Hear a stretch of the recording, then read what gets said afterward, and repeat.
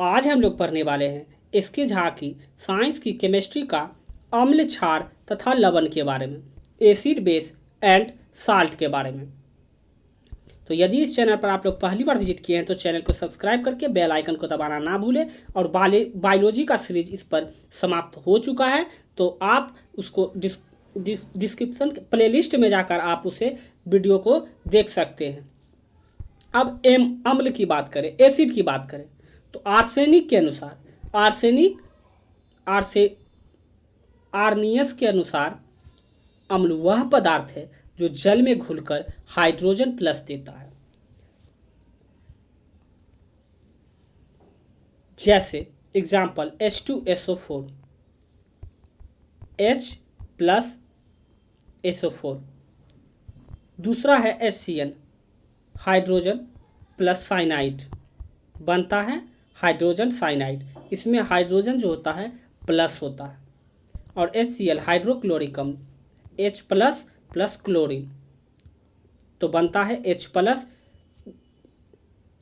वैसा पदार्थ जो जल में घुलकर H प्लस देता है, हाइड्रोजन प्लस देता है, उसे अम्ल कहते हैं। ये है आर्नियस के अनुसार, जैसे हाइड्रोफ्लोरिक अम्ल। अब ब्रोस्टेलोरी के अनुसार है अम्ल वह पदार्थ है जिसमें प्रोटीन प्रदान करने की क्षमता होती है। और लुईस के अनुसार है अम्ल वह पदार्थ है जो इलेक्ट्रॉन को निर्जल जोड़ी ग्रहण करता है, उसे अम्ल कहते हैं। अब अम्ल की गुण की बात की जाए तो अम्ल के गुण ये बहुत इंपॉर्टेंट है, आप लोग याद रखिएगा। अम्ल का जो स्वाद होता है वो खट्टा होता है, ये अक्सर एग्जाम में पूछा जाता है। अम्ल की अगर पीएच वैल्यू की बात की जाए तो ये मान जो होता है 7 से कम होता है और यह विद्युत का सुचालक होता है। और अम्ल जो होता है नीले लिटमस पत्र को लाल कर देता है। याद रखिएगा, अम्ल जो है नीले लिटमस पत्र को लाल कर देता है, जिसको शॉर्ट फॉर्म में याद रखिएगा अनीला। ओ से अनिल अम्ल, नो से नीला और एल से लाल। अनीला अम्ल नीला लिटमस पत्र को लाल कर देता है। और इंग्लिश में आप चाहे तो इसे याद रख सकते हैं ABR, acid blue to red, blue litmus to red litmus. यह मिथाइल ऑरेंज को भी लाल कर देता है। अम्ल जो होता है मिथाइल ऑरेंज को भी लाल कर देता है। सभी प्रकार के रासायनिक यौगिक उनके विशिष्ट गुणधर्म के आधार पर 3 वर्गों में विभाजित किया गया है।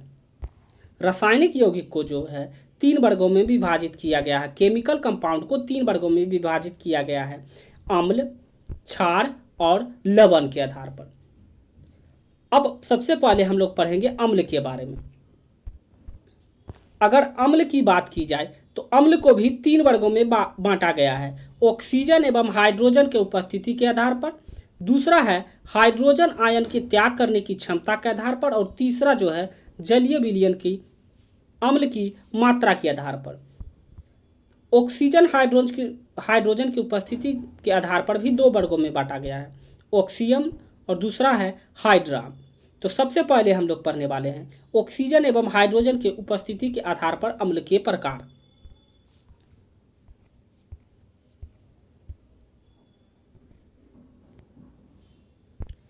अम्ल हाइड्रोजन तथा ऑक्सीजन के आधार पर 2 वर्गों में विभाजित होते हैं। पहला है ऑक्सी अम्ल और दूसरा है हाइड्रा अम्ल। तो सबसे पहले हम ऑक्सी अम्ल के बारे में जानते हैं। ऑक्सी अम्ल ऐसे अम्ल को कहा जाता है जिसमें हाइड्रोजन परमाणु में से एक ऑक्सीजन परमाणु संयुक्त रहता है तथा कम से कम अन्य तत्व भी उपस्थित होती है, ऑक्सी अम्ल कहलाता है। अर्थात हाइड्रोजन के साथ साथ ऑक्सीजन भी अवेलेबल रहता है, उसे ही ऑक्सी अम्ल कहा जाता है। जैसे एग्जाम्पल देख लीजिए, H2SO4 सल्फ्यूरिक अम्ल है, इसमें हाइड्रोजन और ऑक्सीजन दोनों मौजूद है। HNO3 अमोनिया और H2CO3 कार्बोनिक अम्ल, इसमें भी हाइड्रोजन और प्लस ऑक्सीजन मौजूद है, इसे ही ऑक्सी अम्ल कहा जाता है। अब हाइड्रा अम्ल की बात की जाए तो हाइड्रा अम्ल में ऑक्सीजन नहीं पाया जाता, केवल हाइड्रोजन पाया जाता है, उसे हाइड्रा अम्ल के अंतर्गत आता है। उदाहरण स्वरूप HCl हाइड्रोक्लोरिक एसिड। तो यहाँ देखिए, यहाँ पर ऑक्सीजन मौजूद नहीं है। HF हाइड्रोफ्लोरिक अम्ल, तो ये दोनों अम्ल में ऑक्सीजन मौजूद नहीं है, सिर्फ हाइड्रोजन मौजूद है, इसलिए इसे हाइड्रा अम्ल के अंतर्गत आता है।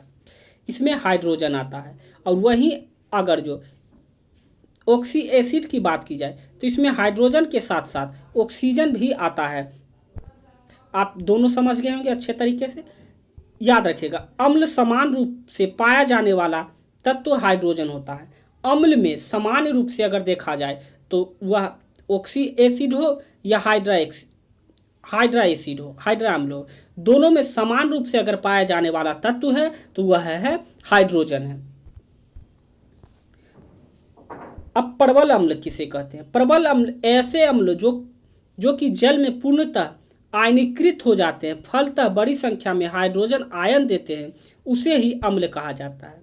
उदाहरण स्वरूप HCl हाइड्रोक्लोरिक अम्ल, H2SO4 सल्फ्यूरिक अम्ल और HNO3 नाइट्रिक अम्ल। सभी प्रबल अम्ल प्रबल विद्युत अपघट्ट भी होते हैं। याद रखिएगा, जितने भी प्रबल अम्ल होते हैं वो विद्युत अपघट्ट भी होते हैं। अब दुर्बल अम्ल की बात की जाए, ऐसे अम्ल जो जल में आंशिक रूप से ही आयनीकृत होते हैं, अर्थात ऐसे अम्ल जो जल में पूर्णतः नहीं घुलते हैं, फलस्वरूप कई मात्रा में हाइड्रोजन आयन देते हैं, दुर्बल अम्ल कहलाते हैं। याद रखिएगा। और प्रबल अम्ल होते हैं जो कि जल में पूर्णतः आयनीकृत हो जाते हैं, पूर्णतः घुल जाते हैं, फलतः हाइड्रोजन आयन देते हैं। और इसमें क्या होता है, दुर्बल अम्ल में जो होता है पूर्णतः जल में घुल आयनीकृत नहीं होते हैं, इसके परिणाम स्वरूप हाइड्रोजन आयन देते हैं, इसे दुर्बल अम्ल कहते हैं। अब है सांद्र अम्ल। सांद्र अम्ल की बात की जाए तो यह अम्लीय विलयन जिसमें अम्ल की मात्रा विलायक की तुलना में अपेक्षाकृत अधिक होता है, सांद्र अम्ल कहलाता है। याद रखिएगा, सांद्र अम्ल जो है वैसा अम्लीय विलयन जिसमें अम्ल की मात्रा जो है विलायक की तुलना में अपेक्षाकृत अधिक होता है, सांद्र विलयन कहलाता है। अब है तनु अम्ल, डिल्यूट एसिड के बारे में हम बात करेंगे। तो वह अम्लीय विलयन जिसमें अम्ल की मात्रा विलायक की तुलना में अपेक्षाकृत कम होती है, तनु अम्ल कहलाता है। वैसा अम्लीय विलयन जिसमें अम्ल की जो मात्रा होगा, जो विलायक होगा, उसकी तुलना में अपेक्षाकृत कम होता है, उसे तनु अम्ल कहते हैं। उदाहरण के स्वरूप में एसिटिक अम्ल, फॉर्मिक अम्ल, कार्बोनिक अम्ल, ये सभी कार्बोनिक अम्ल दुर्बल अम्ल आते हैं। ये आप लोग याद रखिएगा। अम्लीयता का क्रम की बात की जाए, अम्लीयता का जो है क्रम की बात की जाए तो आप लोग देख लीजिए, अम्लीयता का क्रम इस प्रकार है।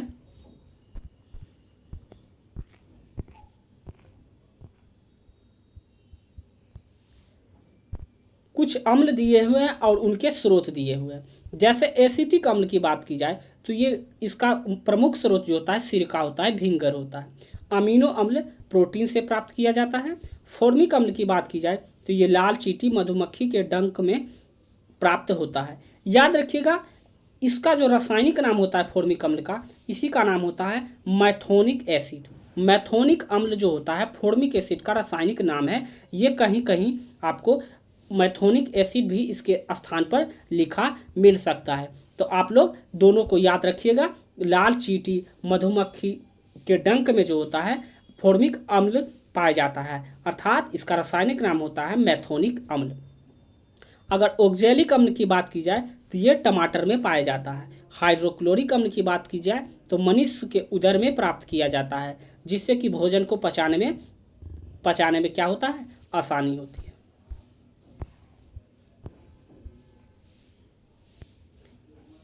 अब एसिटिक अम्ल की बात की जाए, अम्ल के उपयोग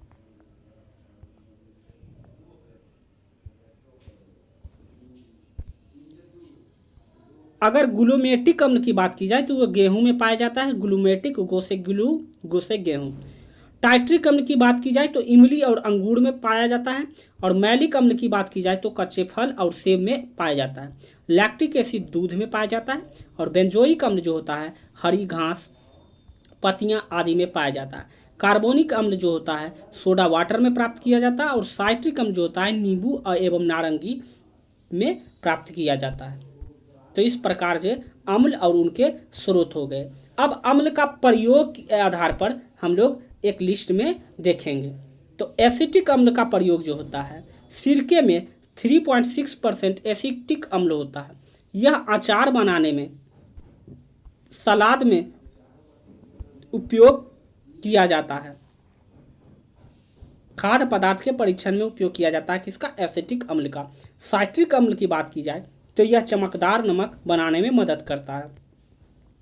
अगर वही सल्फ्यूरिक अम्ल की बात की जाए तो कार के बैटरियों में, पेट्रोलियम शोधन में, पेंट में आदि के निर्माण में प्रयोग होता है सल्फ्यूरिक अम्ल का।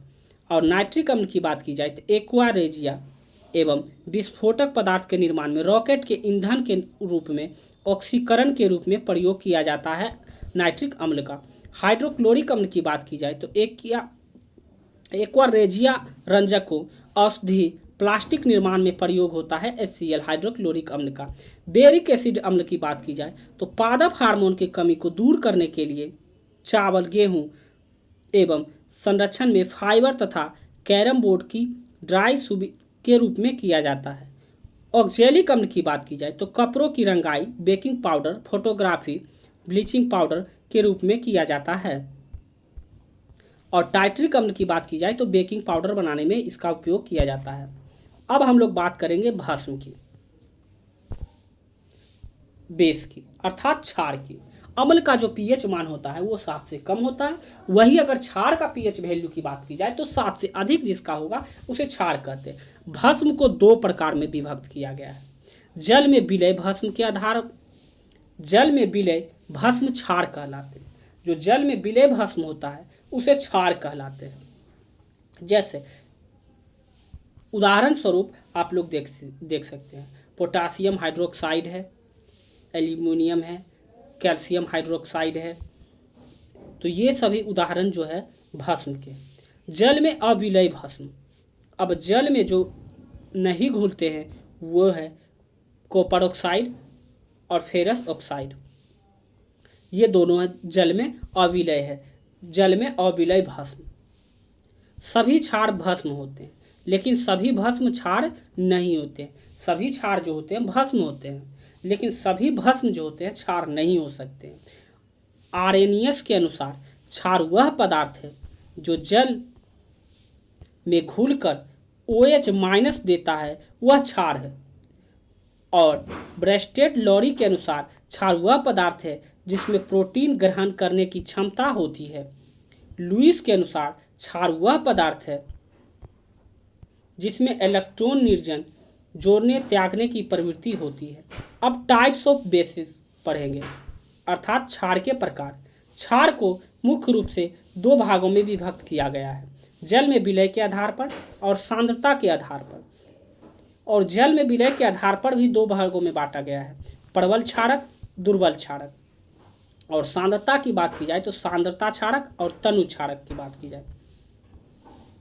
तो आइए इसको हम लोग देखते हैं।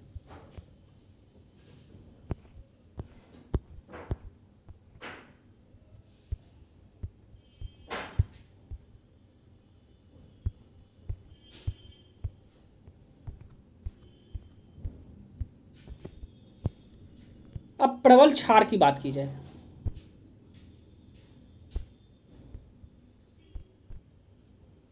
प्रबल क्षारक की बात की जाए तो ऐसे क्षारक जो जल में पूर्णतः विलय होता है और परिणाम स्वरूप अधिक मात्रा में हाइड्रोक्साइड आयन उत्पन्न करता है उसे प्रबल क्षार कहते हैं।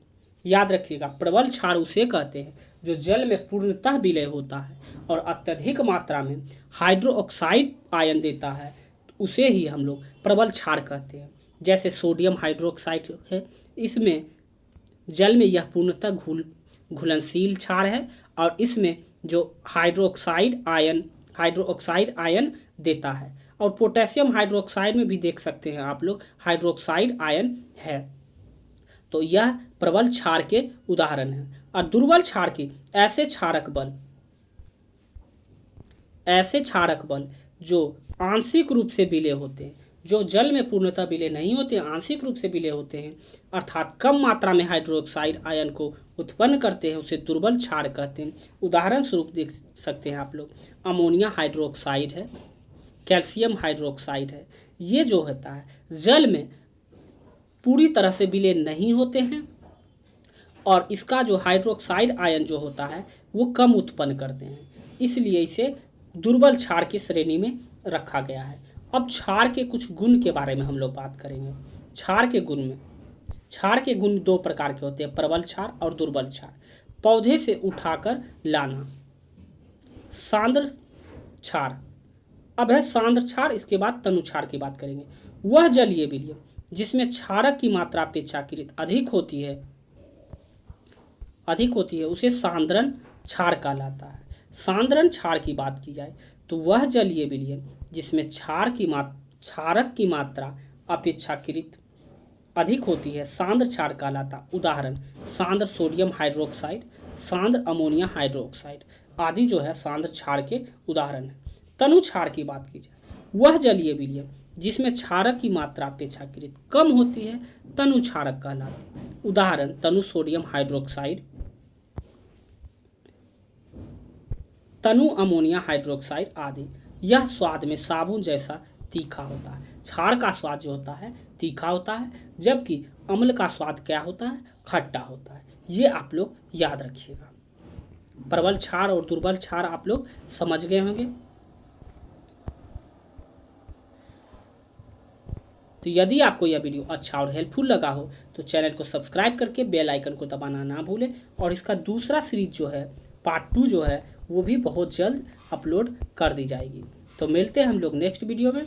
अभी के लिए बस इतना ही। जय हिंद।